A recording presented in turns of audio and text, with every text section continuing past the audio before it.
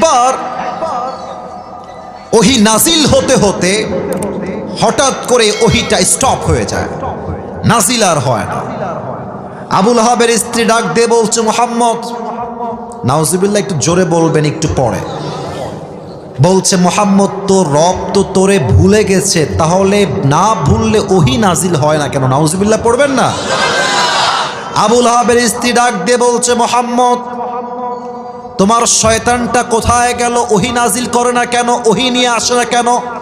আবুল আহাবের স্ত্রী শয়তান দ্বারা জিবরাইলকে বুঝিয়েছে। নাউজুবিল্লাহ পড়বেন না আপনারা সবাই? এই কথা শুনে নবী করিম সাল্লাল্লাহু আলাইহি ওয়াসাল্লাম খুব হতাশ হলেন, খুব কষ্ট পেলেন যে আল্লাহ কি আমার উপরে নারাজ হয়ে গেল? আল্লাহ কি আমার উপরে অসন্তুষ্ট হয়ে গেল? ওহী নাজিল হয় না কেন?